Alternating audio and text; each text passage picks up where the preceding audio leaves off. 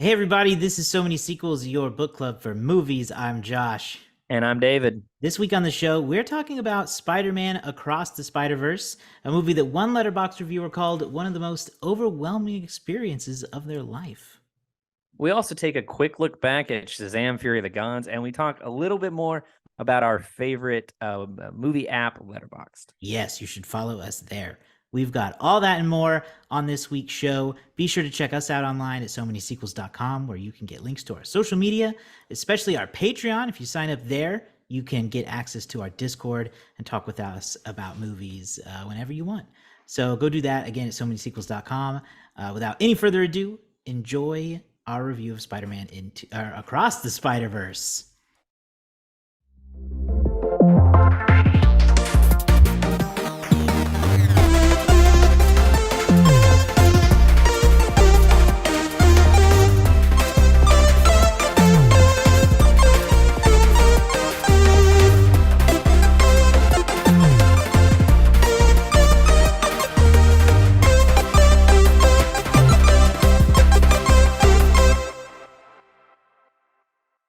So, I'm looking at your letterboxd here, and I see you gave a 2.5-star review to Shazam: Fury of the Gods. That's true. But you did not leave any words, no review. I didn't? No. Well, I typed one. Did you? Hang on. Maybe you didn't Did it get saved? I was gonna say this Oh, is yeah. See, I got a whole review here. Oh, what in the world am I looking at then? Did I accidentally review it twice? I don't know if I did. Oh. Well, dang.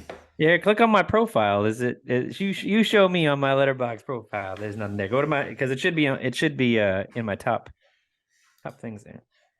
Well, this is interesting.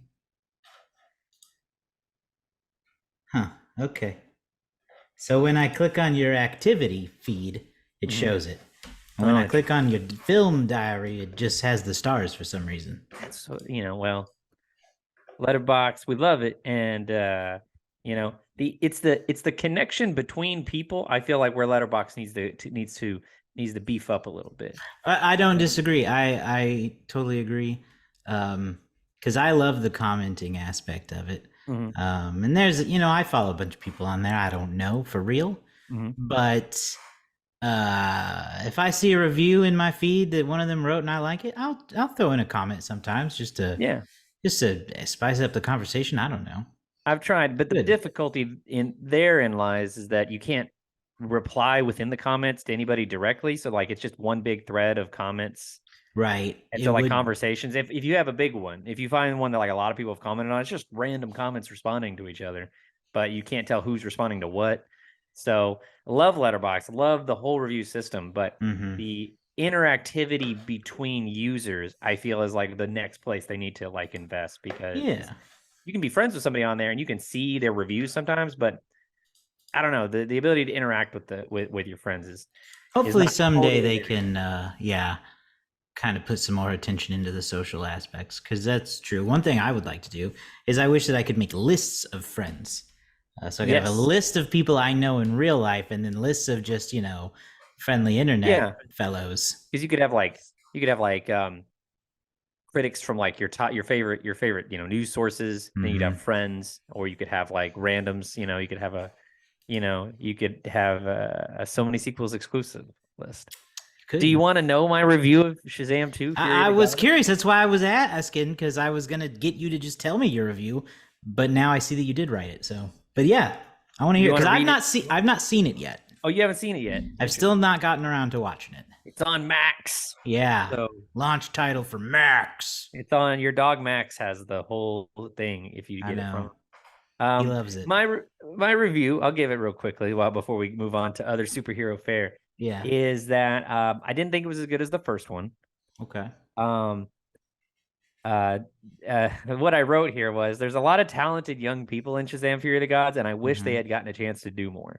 It is, the adult versions more often, and that's generally, I mean, like, I like a lot of them, but just, I heard some troubling things, and I'll have to look more into it, but I think Jack Dylan Grazer is a future like megastar. Like I think he's so funny. Like he should be. I I really really hope. enjoyed him in the first one, and there Yeah, were a couple other things I've seen him in that I enjoyed. But yeah. if he's, oh no, if he's causing problems, I didn't know that either. I don't know. That's the thing is my wife told me, and I tried to do some research on it, but I couldn't find anything directly. So I don't know Uh, what the I don't know what if that's just like Twitter Jack. gossip or something. But he was one of the highlights, honestly. Like that and then Rachel Zegler was also really good. She's great. But I was mostly just bored for the first half of Mm, it. that's a Mostly just crime. bored. It's a Second movie half picks crime. up a little bit.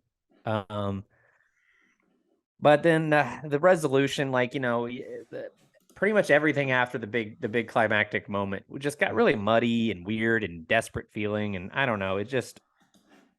It, it wasn't it wasn't like I said. I gave it 2.5. It wasn't like so awful that like there was nothing redeeming about it, but I'm only comparing it. So my wife said like, "Oh, it's better than a lot of the other stuff the DC has put out." And I said, "I'm not even thinking about that. I'm just thinking about the first The Shazam first movie because Shazam, yeah. that first Shazam movie was I thought really solid and was unique and stood out in its own little way. And so I'm comparing it just to that. And it was a bit of a letdown from that from that Shazam film. It was a little lackluster comparatively, in my opinion. Now, I don't know. Some people may agree with me. Some people may not. Mm-hmm. We'll see. If you want to Um, read my full letterbox review, you can find me on Letterboxd yeah, at go do David that. Proc Go do SMS. that. Go find both of us on Letterbox because we posted a lot about. Well, I say a lot. We don't post a lot actually. But we post every now and then about the movies we're watching that we don't talk about on the show. So that's a fun way Mhm. to connect with people is on Letterboxd. It's only movies. If you still don't know much about it, it's a social media network with that's only about movies. Well, and some, there's controversy because they let some TV in there too, but Yeah, they let mostly movies, some TV movies. There's a couple of shows, mini miniseries. series. Yeah, Yeah. yeah. But let's go ahead and switch gears into the big topic today. Yeah. Um, which is Spider-Man Across the Spider-Verse, the sequel to 2018 Spider-Man Into the Spider-Verse, the Oscar-winning film that year, Best Animated Picture, Mhm. which was a big win for Sony and for Spider-Man, Marvel. For Spider-Man in general, yeah. So I'm gonna read the letterbox um, little synopsis of Across the Spider Verse to make sure I don't accidentally say a spoiler, because Okay, I know that their version will be written well. that's smart. Spider-Man Across the Spider-Verse. After reuniting with Gwen Stacy, Miles Morales, Brooklyn's full-time friendly neighborhood Spider-Man, is catapulted across the multiverse where he encounters a team of spider people charged with protecting its very existence. But when the heroes clash on how to handle a new threat, Miles finds himself pitted against the other spiders and must redefine what it means to be a hero so he can save the people he loves most. Spider-Man Across the Spider-Verse. Not bad. We've both seen it. We're gonna avoid spoilers, at least for now. We'll be as usual. We will warn you. Gut reaction, first reaction. I think we both saw it yesterday, as of this recording, so it's still pretty That's fresh. I was really blown away by it, and I knew it. Like I thought it would be good, but I really like it. I'll just say it up front. I think it was better than the first one, and the first one was an extremely high bar. Mhm. But I really thought it ratcheted up the story. It brought new depth to the characters we already knew. It introduced new Spider people that now we can know and love. And like I said, it raised the stakes and just did some really cool stuff. So I think it has it's a franchise that's still improving. Loved it. I loved it as well. I don't know if I would put it above the first one at this stage. This Okay, stage, I okay, really, it's I, fair. and I think this may be controversial, but I think I'm going to have to wait to make a full decision on that until after the third one comes out. Oh, you're gonna be that I guy, think we do know that there is going to be a third part of this story right? beyond the Spider-Verse coming in March of 2024.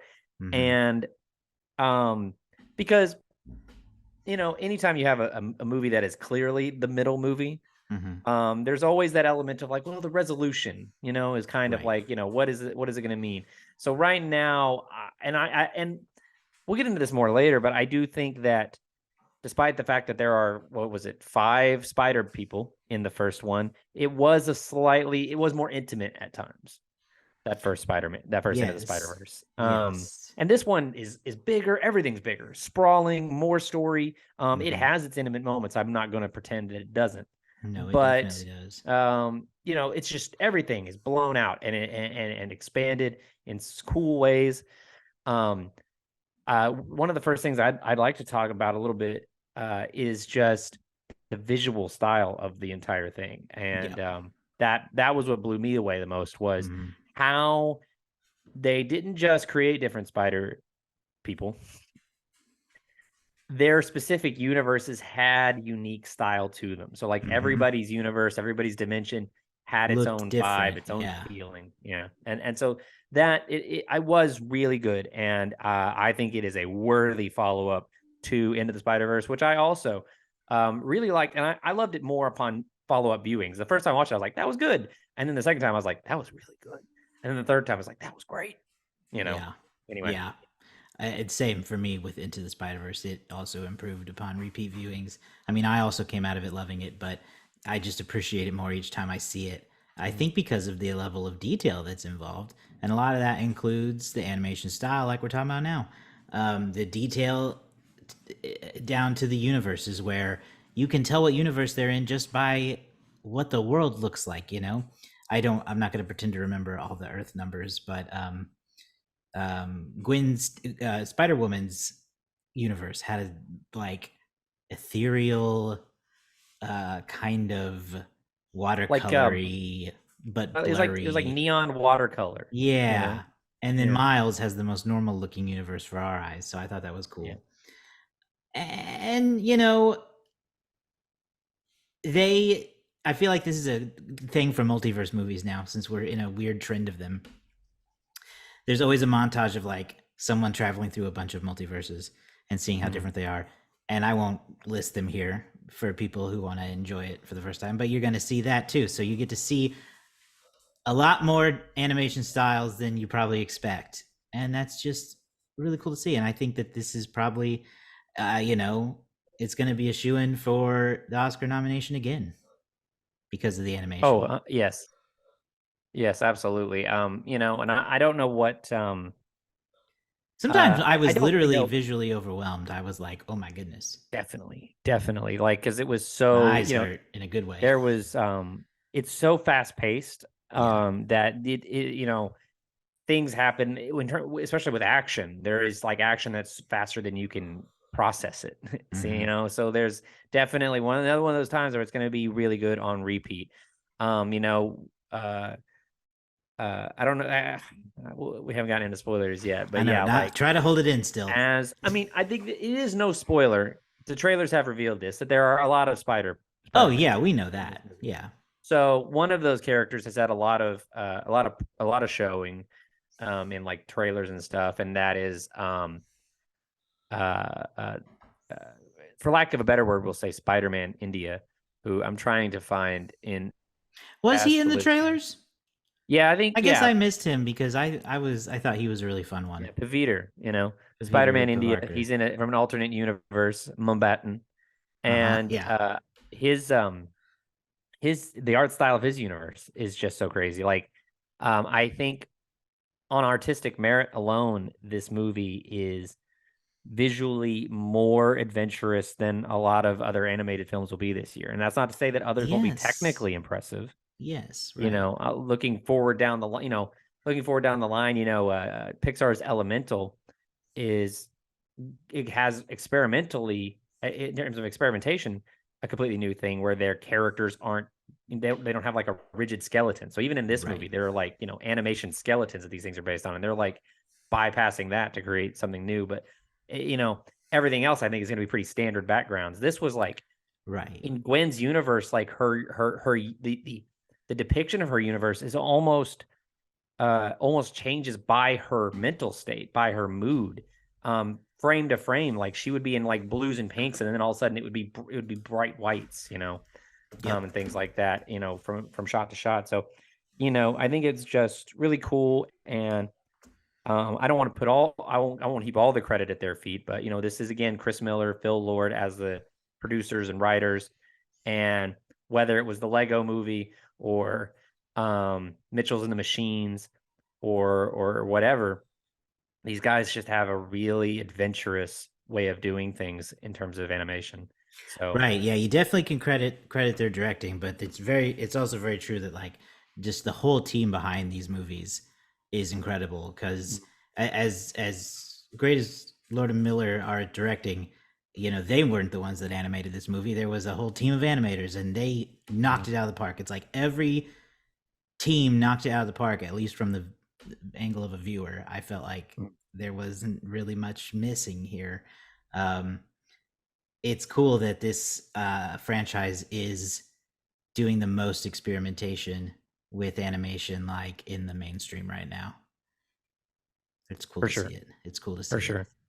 Um, They Next, even like I love how they do a I'll call it like a little interstitial, like a little segue. They would segue some universes with literally the cover of a comic book yeah, and then go into that comic book style because even comic books have varying styles of animation, it's very true. which was it's just fun. They keep finding It, new it's ways.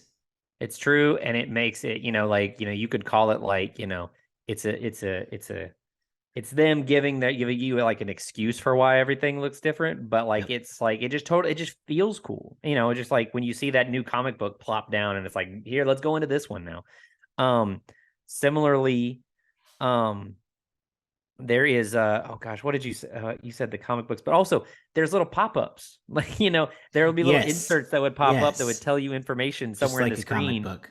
and I couldn't read those fast enough. There'd Some be of like, them were, you know, you can, this is going to be one of those movies where when it comes out on digital, you pause it and read it. Cause there's a point where Miles is in HQ and there's just little pop ups for a bunch of different spider people. Like I can't even yes, keep up with them all. yes. Uh, what did you think about the performances in this one? Oh, that's perfect. That's exactly what I wanted to talk about next. Perfect.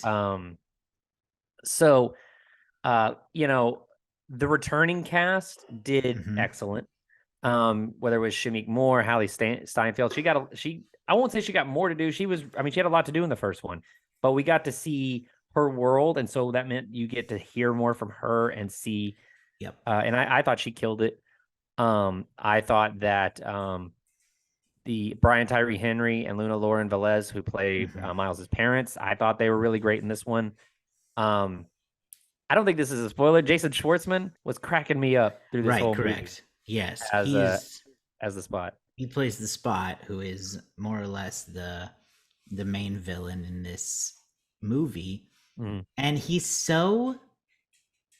hilarious, but mm. also teetering on unhinged. Yes, And you're like, okay, he's actually at times. I thought, okay, he's actually kind of scary for an animated, Spider-Man villain. especially for a character that doesn't have like a face. There's no Right. emotion on his He's face to totally read. goofy, but also you definitely are concerned about him. Mhm.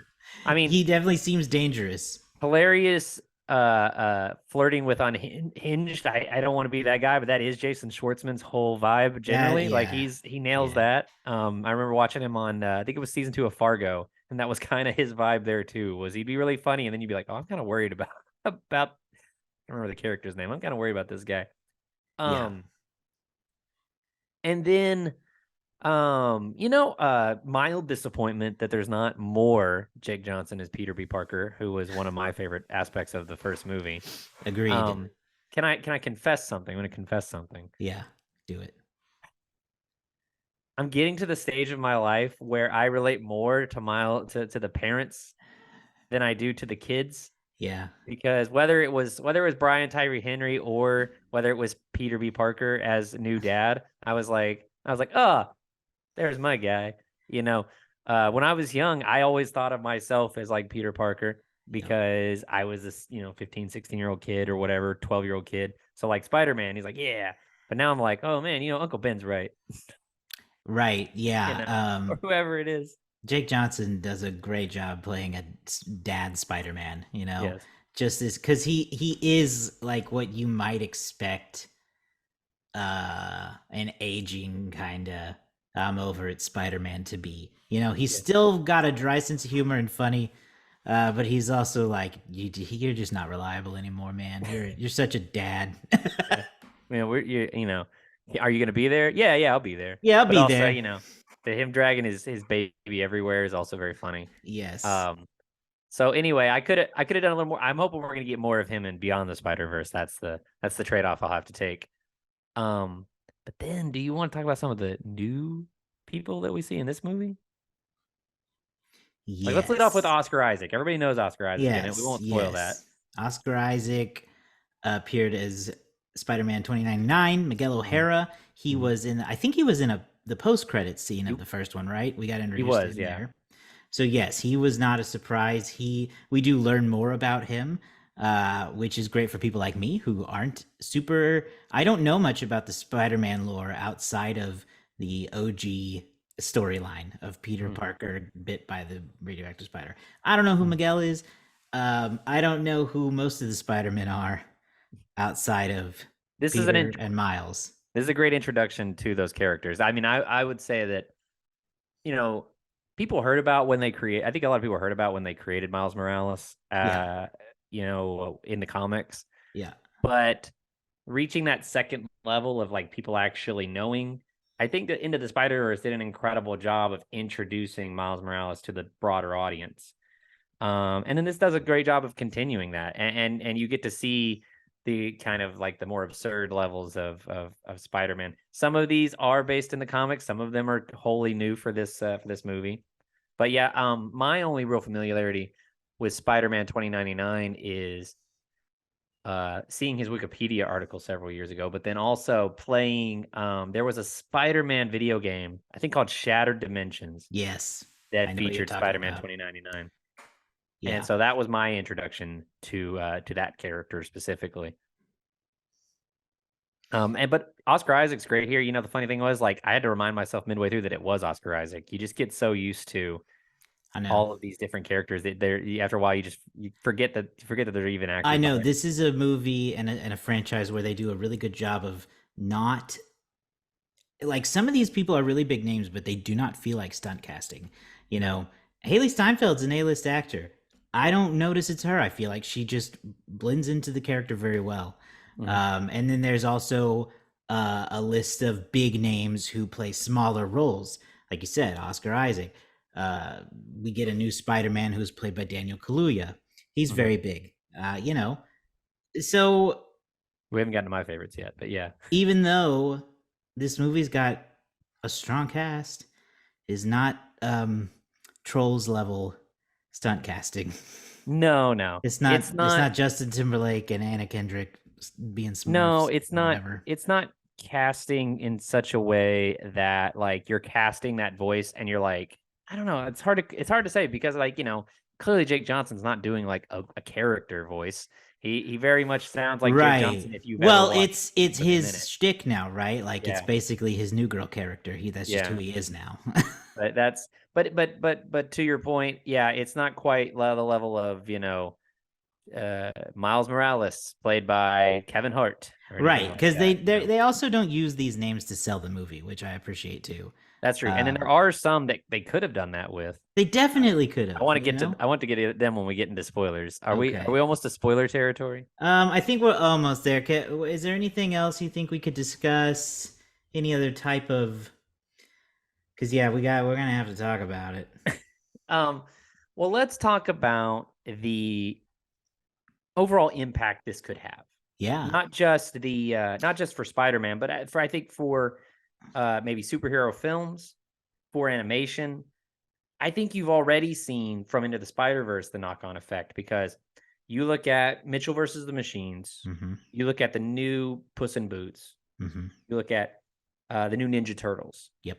They are all they're not copying, I would say, but they're all taking inspiration from that artistic style that first Into the Spider-Verse had, where it kind of looks 2D animated Mm-hmm. while still being three-dimensional. It kind of has this weird hybrid, you know, 2.5D look to it. Um, And I think that's going to continue. What do you think?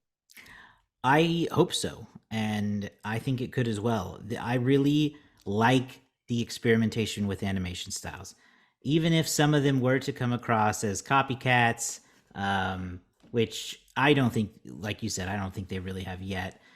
They clearly seem more inspired by it, and that's fine because the animation format, at least in the blockbuster space, was getting kind of stale. I think once Pixar kind of popularized the three-dimensional bright colors, we've kind of been stuck with that for this in the last 20, 30 years almost. Mhm. And so to get more, not just back to a type of 2D animation, which is still valuable even in the world of computers when we can do more. I still really like a good 2D animation. When we can take it and make it blended with other things. Love that. So I hope it continues. It at least shows why animation can be such a compelling format. It Mhm. doesn't have to look hyper realistic. See Disney live action remakes, which are basically actually animated films for some reason. Yeah. They don't have to be like that. They can Mhm. still be animated and colorful and bright and crazy and really blow people away. Yeah. I also think I think this movie is going to mark a new Spider-Man era. I think we are in the Shamik Moore era. I think Tom Holland's era has ended. Not saying not saying he's done. I'm just saying I think Far From Home Tom Holland peaked as his Spider-Man, and now the Shamik Moore Spider-Man will shine for a little while. It's And it's kind of the natural culmination. Each Spider-Man actor has gone through it, and my yeah. prediction is that this is Miles Morales' moment to be the next big. This is my Spider-Man. I mean, he's definitely off to a great start, Yep. and I think that this will resonate more with a lot of kids. Um, Poor Andrew Garfield because was the only one who didn't really get a moment. didn't really. I mean, I think his moment was getting into that first movie, and that second movie things just got so He bogged just down. was never beloved He was until it was too late. he was really trapped by the fact that he was like there was never a chance that he was going to get to join the MCU, which at the time that was the big demand was why can't Spider-Man be with the rest of the Marvel superheroes? Yeah. And so that was a big struggle. And we all said that Sony was crazy because they were like, we'll just create our own cinematic universe using exclusively what belongs to the Spider-Man property. And we were like, that can't work. And it really didn't work live action, but it does work in animation because It that is has what worked you see now. very well in animation. And damn it if it hasn't accidentally worked a couple times in live action. I mean, Venom is somehow a hit. Mm-hmm. Morbius, no. Um, the two Garfield Spider-Man, I don't know if they were really hits or not. The first one maybe was a tiny one, but Yeah. I don't see the future going well for it. No, The well, I mean, live action. we'll see what happens. I mean, they've at We'll see least how gotten many off. more Tom Holland appearances they have left. Yeah, I'm We're not thinking really sure. he probably does at least one more at a minimum. Yeah. I'm expecting a full potential, and beyond the Spider-Verse, I'm expecting a full potential Tom Holland Spider-Man appearance because he is. This was in a trailer, so this isn't a spoiler either. But he was directly referenced in this movie, and then also directly shown in this movie. Correct. So I mean, it that is speaks. the thing that's true is that even though it's animated, these Spider-Men do share the same universe as Tom Holland. Yes, broadly Not the the same. MCU, but just like Tom Holland's corner of it. Yes, so it's now my other hope is that from a different perspective is that Disney looks at this and says, why don't we make some animated Marvel movies? I Because hope they like do. it's a completely viable option. I can't believe that we are when did they buy it? They bought Marvel in 2009, 2010, something like Something that. like that. That we could be 13 years in and we've gotten one animated Marvel movie, really. We got Big Hero 6, which is a great Mm-hmm. movie. If you've never watched Big Hero 6, check it out. And we've got the What If series, but I don't think the What If series is the full potential of what Disney and Marvel could really do if they collaborated on a story. Now, I don't know what I would pick for them to do, But Disney has the history and the prestige of being one of the great animation studios, as does Pixar. So why wouldn't they try? Sony Animation has done it. And Sony Animation is not known for being the greatest animation studios of all time. They didn't even have one, I think, until 2009. So why wouldn't Disney look at Spider-Verse 1 and 2, and then next year would be on the Spider-Verse, and say, why don't we try that? Why don't we try to make it an animated Marvel movie? You know, they've got a whole slew of characters. It doesn't have to be in the MCU. I don't care about that. Give me a non-MCU. Give me a multiverse movie. Yeah, I don't Yeah, care. yeah, it doesn't. It does. Yeah, give me something else. It doesn't even. I mean, give me a non-MCU different take on Captain America. I was gonna say the Hulk, but I was like, I don't know if the Hulk really fits Disney's overall aesthetic. But they got plenty of characters they could do it with. They I got can't. plenty All of of a sudden, characters to work with. I can't fantasy write it right this moment. But Yeah. that's what I'm hoping. I'm hoping that that they look at it, or Marvel Studios looks at it and says, why don't we expand what we're really trying to do? I would like to see them attempt a big wide scale animated Marvel movie. Not a Disney Plus joint like they have. Like that's where they've been throwing all the animation. And I know there's several, there's a handful of several Marvel shows for little kids where that are animated. But like you said, What If is basically the only one for all ages and adults. So I would love to see that. Okay, let's talk about spoilers. Let's do it. Let's do it. Switch gears. Okay, warning to all, this half of the show is going to be spoiler filled. So if you have not seen Across the Spider-Verse yet, go ahead and turn off the podcast now. So yeah, this is what I thought as I was leaving. I was like, I got to find a way to describe what this movie is for at least a portion of it.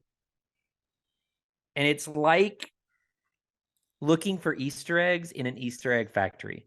Like it is so much packed stuff. I mean, even someone who's even like, I would say even like an avid Spider-Man fan, it's an overwhelming amount of references, of in-jokes, of little asides, full characters, story arcs, all that stuff. I feel like it's got to be the dream movie for the ultimate Spider-Man fan. I mean, I think I can say this. It is better than the Spider-Verse comic, the comic book storyline called Spider-Verse. It's much better. Wow. I mean, because one, this has a lot more heart. I mean, just at its core, with the Miles Morales storyline, with now Gwen's storyline within this whole thing. So like it's between the first one and this one, it's better. And it had like the characterizations are really funny because if Marvel Studios was doing this, right, I could see fans being like, oh, they totally got XYZ wrong. But because it's the people who made the Lego movie, the tongue is so far in cheek with some of them, it's hilarious. Andy one of the universes is a Lego universe. It's just the Lego universe was awesome. Yes. That got a very fun reaction in my audience. Mine as well. Yeah. So did the Venom universe. Yes. Like Spot pokes his head out in the Venom universe, I believe. And there was literally 3 dudes in the bottom of my theater going, "No way!" Whoa! Hey, I was like, all right, that's a bit. We've established that people love Venom for some reason. I saw it, and so the lady in that, she's like a cashier at a convenience store. She's like Venom's buddy, so she's well aware of Venom. So that's why that's the joke, I guess. It's not. The Spot is nothing to her.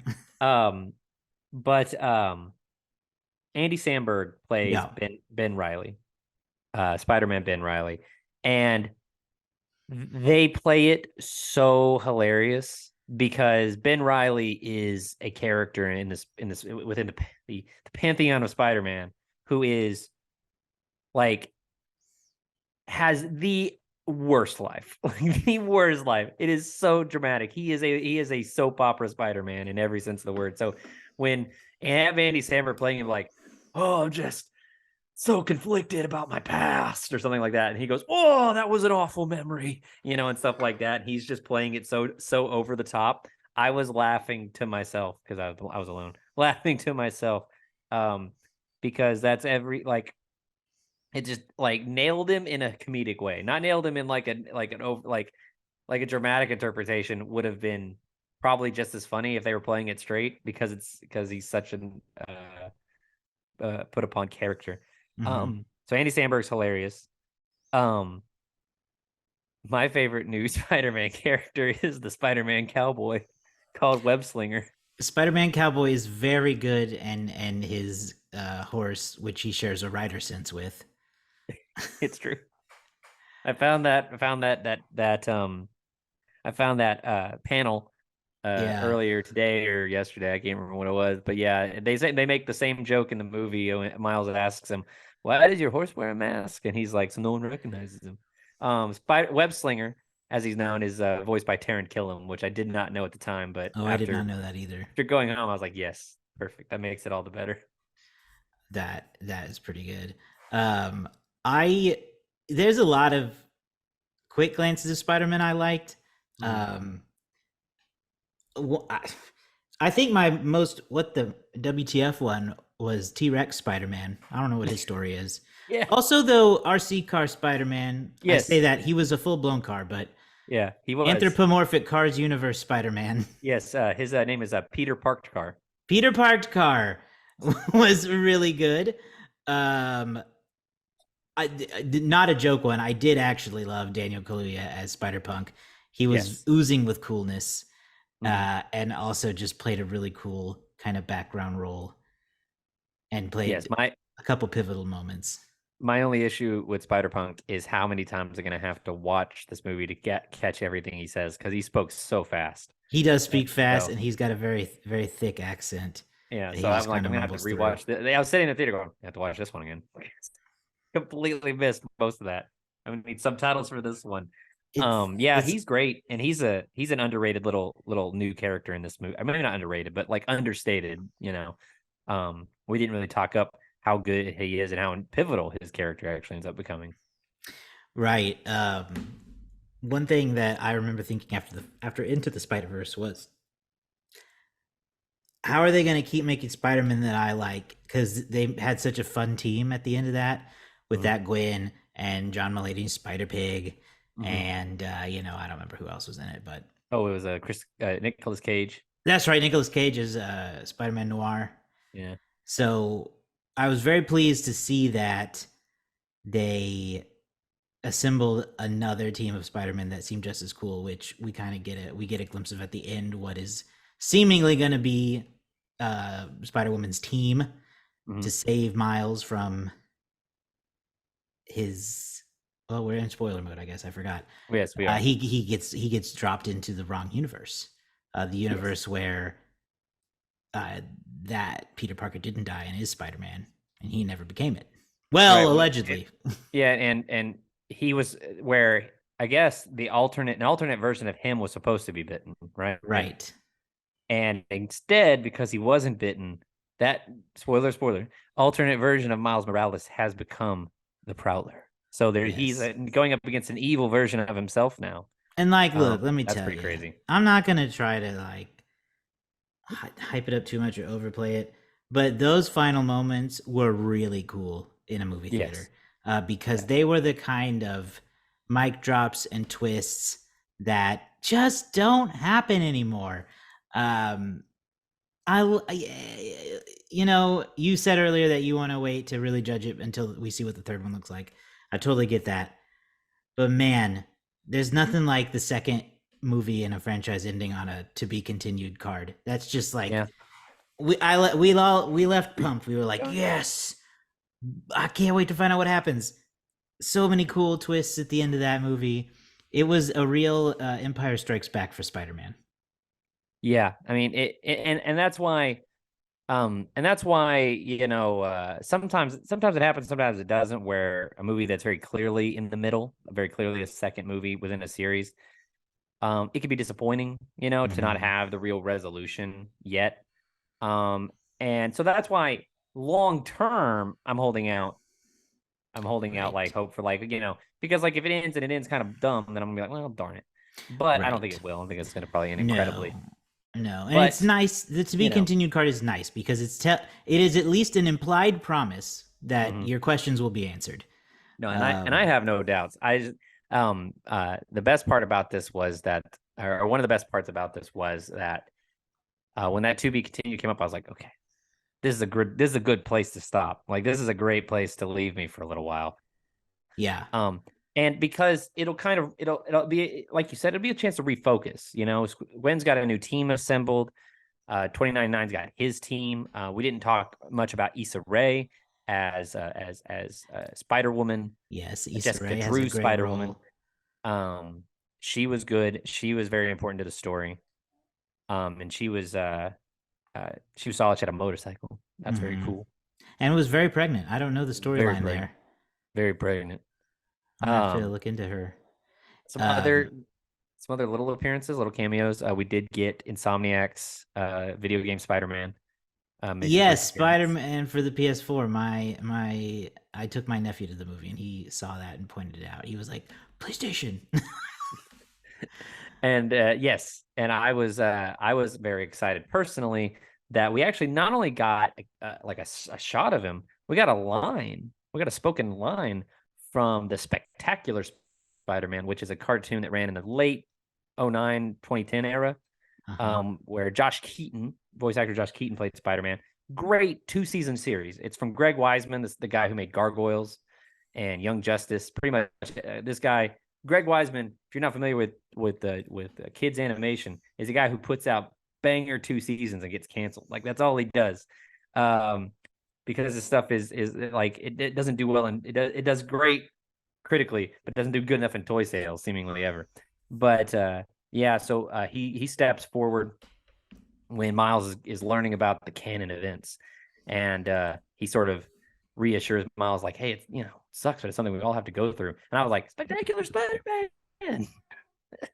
So I got to have my own geek out moment when he That's actually pretty spoke. I fun. just expected to see him in the background and like that's cool, Yeah. but for him to See, say something was really neat. that's a good Easter egg for fans at your level. Because Yeah, I would have never got that. I'm not familiar with it's where the it's where it on came it's on Disney Plus now, I believe. Okay, I'll have to check it So out. if you ever get a chance, it's a great 2 seasons. I mean, it's very digestible. Uh, the episodes are only like 22 minutes each because it was made for television. Um, so it's got one of the best versions of the complexity of Peter and Gwen's relationship. And I'll just throw this out there as well, but it's one of those Spider-Man shows that nails the idea that like if things are good for Spider-Man, they're bad for Peter Parker. Mm. Like every good decision for Spider-Man is a bad decision for Peter Parker, and you just end up feeling so bad for him. You're just like, yeah, he saved the day, but he disappointed his aunt, and you're like, oh, you know. Yeah, So, there but were great show. there were a lot of great reaction moments in my Mhm. theater.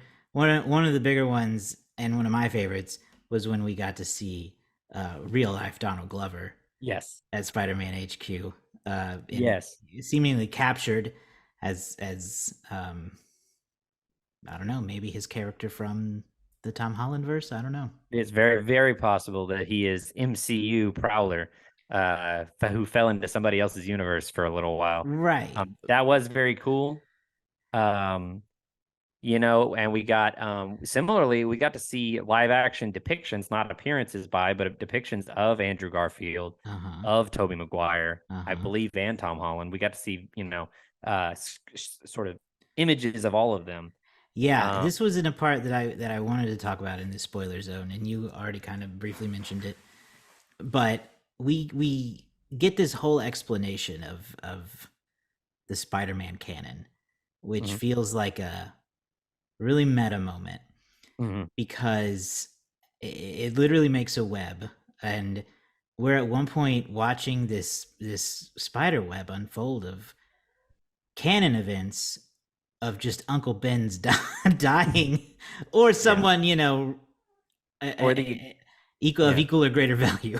Yeah, the equivalent surrogate father, yes. And I kind of love this idea of challenging the sacred origin story. Mhm. Those their whole thing, and this whole spider multidimensional team's mission is to keep the canon in order.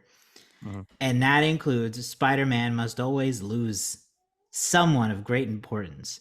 Mhm. And Miles and Gwen's whole thing is like, why though? Yeah. And do you know that for a fact?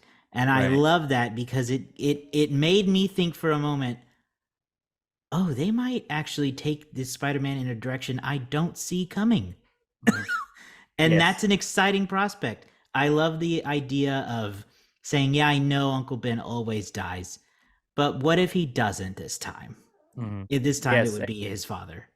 Well, and for the parallels are always it's a fascinating idea because yes, we are it fully as Oscar Isaac is explaining it. You're watching and you're just thinking to yourself like this is a complete deconstruction of the storytelling that Yes. we're watching and we've been used to for years.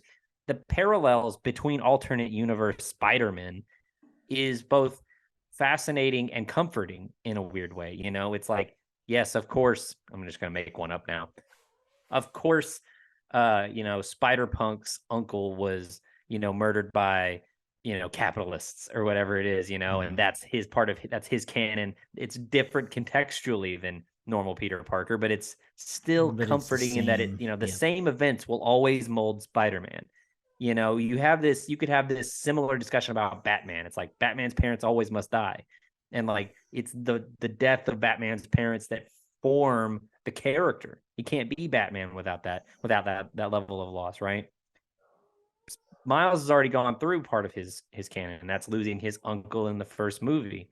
He had his uncle taken away, uh, uh, played by Mahershala Ali, Mm. and so the other half of that is his dad and Gwen's dad, who are captains as a police. And it's funny because as they were referencing it, I was like, oh, well, yeah, that's true. I was like watching it, I was like, usually, in most stories, it is Gwen Stacy's dad in some way. Mm-hmm. But, in Spider Gwen's world, she's Spider Man and it's going to happen to her. So yeah, it is someone on TikTok said this. He comes up on my For You all the time, but I can't remember his name. But full credit, I'll figure it out at some point. I'll name him next week, maybe. I'll put him in there next week. But he said that in like a weird meta way, Miles is almost fighting for creative license to tell a different story, to not do the same thing that we've seen from every other Peter Parker. And so it's really interesting, and it's weird that we've gotten to this state in superhero storytelling in film that we're just at a full-on meta level deconstruction of the whole thing. Like people have superhero fatigue, and so do storytellers. So the people telling the stories, they're like, let's really get down to the nitty gritty of this. It doesn't get more obvious when you say oh, the canon events. You Yeah. know, Yeah. so, Yeah. It's cool because it does show that, like, maybe the superhero fatigue doesn't have to be so because we can change it up. And mhm. if that's what they're tinkering with, I'm excited about it. If Yeah. yeah, especially if they can get the audience, the general audience, and maybe not even the general audience, the hardcore fan to accept the idea that it's the character but we're telling the story differently, that might expand things dramatically because one of the biggest complaints you always get after every superhero movie is it wasn't accurate to the character. It wasn't accurate to the comics or it wasn't accurate to the source material, right? I want my Mm-hmm. comic book accurate, Spider-Man suit or whatever it is, right? If this movie can manage to tell to like, make people go, you know what? superheroes should be allowed to tell their own story, and or they should be able to tell something different and not just follow the same paths over and over and over again. That'd be Yeah, huge. it would be. I mean, another thread that they leave hanging in this one is that another canon event is that Spider-Man and Gwen never work out for various reasons. A lot of times she dies, but it's established that they cannot be together because it's a canon event. But now we're like, okay, maybe Miles as Spider-Man can have his parents and his girlfriend too. So Just make two cakes. it makes the stakes higher for this potential finale. I don't know what they're really planning, if it's just a trilogy or more, but Yeah. it makes the stakes to the point where you go, okay, maybe it will go one way, maybe it will go another way. I don't know, because now they've told us that what we've known doesn't have to be true. Um, I think It's we've a real nailed it. thinker. It's a real thinker of a movie, isn't it? You know, um, let's talk about. I want to talk about two predictions. All right, let's make some predictions for Beyond the Okay, Spider-Verse. I'm ready for that. I predict that we will see a live action Shamik Moore as a Miles Morales in Beyond the Spider-Verse. That's a cool guess. I'm hoping and I'm guessing. I'm like, that's my prediction, but If the movie I'm just shifts into live action for like a scene or two, either that that would be or so friggin' cool. either that or from a different universe, a different live action universe, just a Miles Yeah, Morales appears that's Shamik Moore, you know?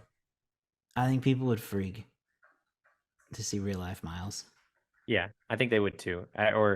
And I'm not saying Shamik has to be permanently always. They can definitely cast anybody they want to Can be Haley Miles Morales. Steinfeld be on camera in a Spider Gwen costume when she's also an MCU? Is that I allowed? don't know. In an alternate universe, yeah, she's Hawkeye. Yeah, interesting. Well, I hope that happens now.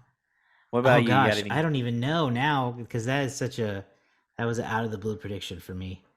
Um, I don't know. I don't even have a prediction because I Do don't you know what's think? going to happen.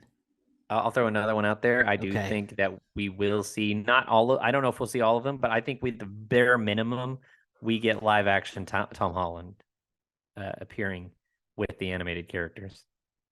I could see that. I Having could already see seen that. Donald Glover, I feel like it's a simple, but they don't want to do that. They didn't want to do that here because it's like, why blow it all here? Right. Right. Um Interesting. Yeah, I think that'd be good. I mean, I think we're going to get I kind of think this will be okay, I'm going to predict that this will be a trilogy. This will Mm-hmm. be the last Spider-Verse movie, and they will then transition into spin-offs.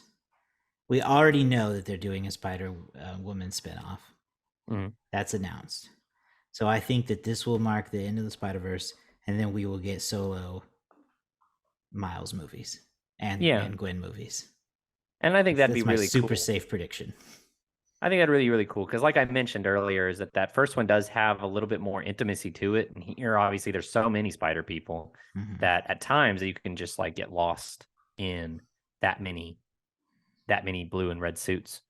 But hoping that Beyond the Spider Verse returns a little bit to that version we had in the first one, and then after that, like you said, wouldn't it be great if they did make another animated Spider-Man film, and it was Miles Morales, but it was like a pretty straightforward. It's just Miles. We're not expecting 80 other Spider-Men to show up. It's just Miles doing his own thing.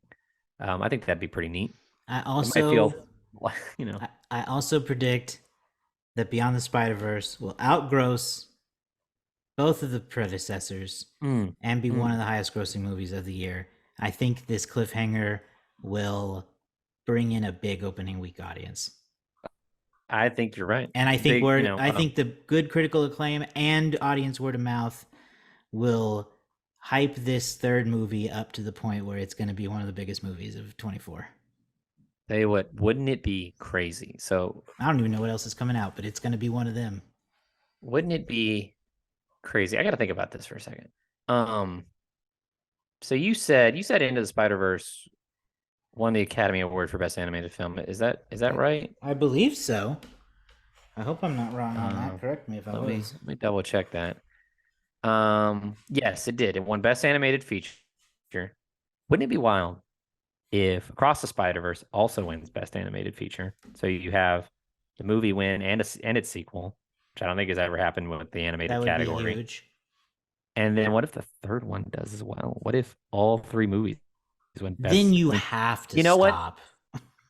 I think, yeah, because Toy Story didn't do that because they didn't have Best Animated until somewhere in the mid 2000s. So Toy Story, um, I don't even think Toy Story 3 won Best Animated. It may have, maybe I'm wrong about that. Toy Story 4 did. But like, yeah, so that might be the first time that like a trilogy has won Best Academy Award in Let me its step or you Academy one Award in up. its. Let me step you one up and be crazy. What if, because of it being nominated twice in a row, sequentially, which one could get included as Best Picture?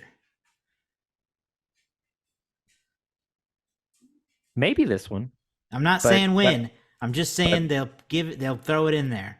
but maybe beyond that, maybe Beyond the Spider Verse has a chance in that scenario. I mean, at that point, I'd feel like, guys, we kind of have to for the third one, right? If the first two did What it, was like, what was the last animated film to be nominated Best Picture? oh god, I don't know. Is there any Up, way to know that? maybe.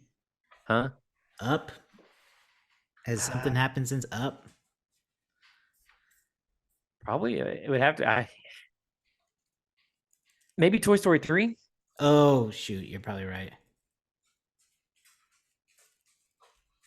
I don't think one's done it. I don't think one's done it since. Maybe How to Train Your Dragon 2.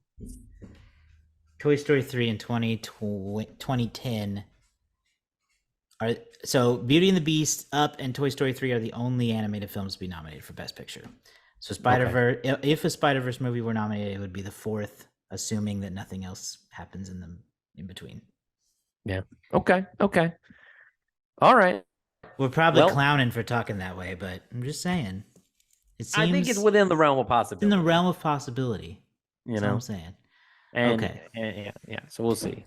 We wanna switch up into opening weekend numbers. Let's do it because they're huge. They're huge, and we're hitting that time point. Yes, and Spider-Man Across the Spider-Verse debuted this weekend in June 2nd of 2023. It opened number one with 120.5 million. That's still a rough estimate. Could go up. Probably will go up. Spider-Man Across the Spider-Verse opens number one with 120.5 million. In the number two spot, dropping 57%, is The Little Mermaid, the live-action Little Mermaid. We reviewed that just last week. You can go check that out. My wife guest stars in that particular episode. Yes. That brought in 40.6. Number three, Josh, have you had a chance to see this? The Boogeyman. I assume not. I have not seen The Boogeyman yet, but I'm interested. Yes, that brought in 12.3 in its opening week.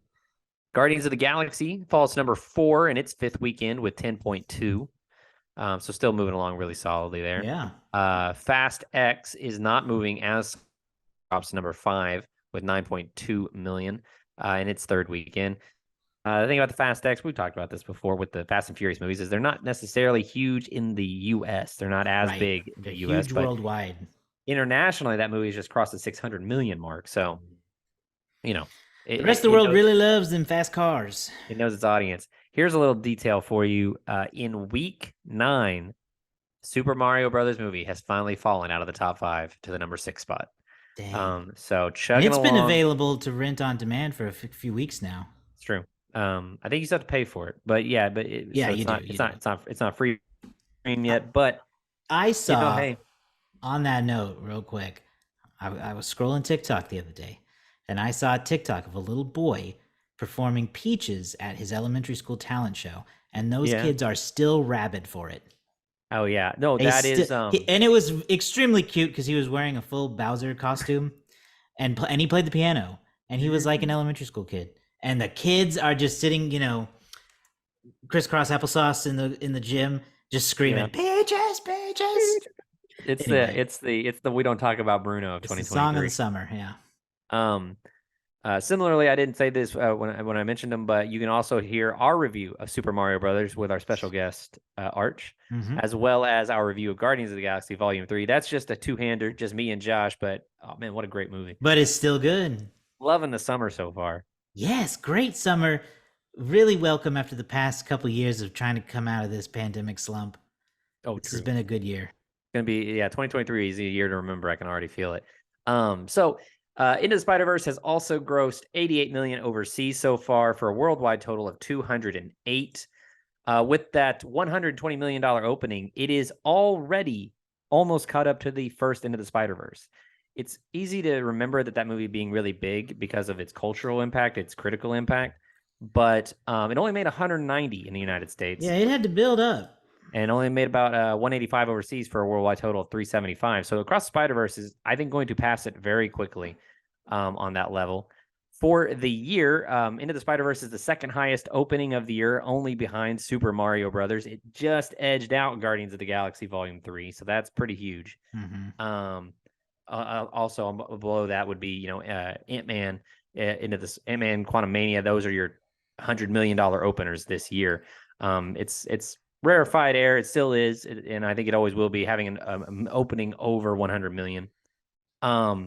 Already though, if this 120 mark holds up, well, you know what? Even if it doesn't, it's the Spider-Verse is already the number 7 movie of the year. It's already with its opening weekend outgrossed Fast X in its in the United States. So that's huge. It's not far away from passing Creed 3. I could definitely see it by the end of the movie being at least, or by the end of the year being at least the number 2, number 3 movie. So we'll see how it finishes. But yeah, that is your box office recap. Let's go to the Letterboxd, which, golly, this could be high. Yes, I think so. The word around the street has been quite high for Across the Spider-Verse. Into the Spider-Verse was quite high. I went ahead and double checked it for us, and that one was a 4.4. 4. Oh, So golly. 4.4 is where Into the Spider-Verse settled. That's like what Goodfellas is. I know, right? So I've got some of the most popular Letterboxd reviews for Across the Spider-Verse pulled up here. I'm going to read some tidbits from it. 5 stars. One of the most overwhelming viewing experiences of my life, compounded by my inability to refusal to pee for about 100 minutes. 5 stars. What an incredible treat this movie is. It's been several hours and I'm still beaming with joy. 5 stars. After the movie, no one had any idea what to say. We all just stood around flabbergasted and overstimulated. 5 stars. Look out, here comes the spider sweep. The whole first page is all 5-star reviews. I'm gonna just right. That makes sense. And you should finally see if there's any low ones. Oh, I'll do that. One last good one. 5 stars. There was a scene in this which gave me full body goosebumps. Legitimately cannot remember last time I got that from a movie.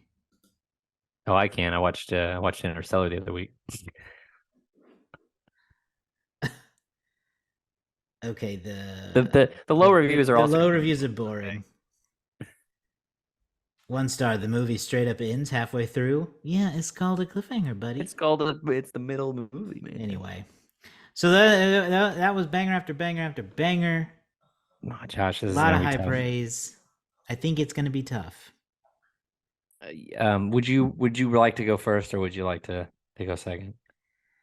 I'm gonna go first, I think, and say 4.6. That's exactly where I was gonna go. Oh man, so I either have to go above you or below you. So many ratings. I'm gonna guess. I'm gonna go even higher for now because it is brand new. Okay. 4.7 is brand new. The movie already has 242,000 ratings, though. So it's getting seen. We have a direct hit this time, but unfortunately, it's you again. 4.7 is where this movie. Yeah, you have the trophy for a reason. 4.7 is extremely high. Extremely high, especially to already have nearly 250,000 ratings. So I wonder, typically they lower a little bit. Yeah. Well, how much could it really lower? At 4.7, I don't think it'll dip below 4.4. We should really maybe in my golly, my light got all blown out. Maybe last year I did our so many sequels stacked. Maybe this year one of the things I'll do is I will check to see if the letterbox ratings for new movies we did are still where they were when we saw the movie. Ah, that would be Maybe I'll look fun. into that, because it would be interesting to see, even if, like, I don't think Guardians 3 has moved much since we saw it, and that was the opening weekend number. Yeah. But it'd be interesting to see like where Mario is, where John Wick Chapter 4 is, those kind of things, and see where I they agree. are by the end of 2023. So yeah, maybe I'll have to write that down and try to remember that. Okay. It's our turn. Josh, I was gonna give this a 4.5. Okay. Based on, I think that first reviewer nailed it. Like, it was overwhelming at times. Just how much stuff's on the screen, a little tiny little, like we talked about those little pop-ups, those little boxes pop up. Couldn't read them fast enough. And I had my thing about, like, I don't know the resolution. I'm kind of left wanting more. And I feel like if a movie leaves you wanting more, sometimes, that can knock off half a star.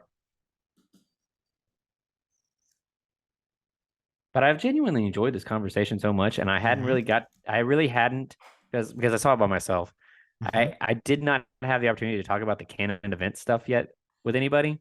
Yeah. Me neither. It's gonna sound basic, but your option here is either sounding basic or it's being Mr. Contrarian. Right. So I'm just gonna you've talked me up to a 5. Woo! It's not often I get to talk you up to something. I Yes. feel like I'm also going to embrace the basic, and I think it's a 5-star movie. I had a great time. Mm. I was fully engaged. I don't have any real knocks on it. It was as good a movie experience as I could have asked for, especially for a sequel. Which is what this show is founded on. Exactly. It is, yeah, so many sequels back at it again. Yeah. Maybe And we'll be before back in March 24th for Beyond the I was gonna say, Spider-Verse. maybe before Beyond the Spider-Verse, we'll go back and we'll do a proper review of Into the Spider-Verse, because I don't think we did one. So I don't remember. maybe in preparation we'll go back and we'll watch that. Maybe But so. that's a year. We got a year to figure that out. So, but when does the next one come out? March 2024. Oh, perfect. My birth month. Yeah. Yeah. Get Celebrating ready. all. Celebrating all. Kicking off summer movie season early. Oh yeah. Oh, Okay. that's Well, popped. All right. that's our show. Thank you for joining us for a discussion of Spider-Man Across the Spider-Verse. You can find us online at somanysequels.com, where you'll find links to our social media accounts, where we definitely want you to follow us and interact with us.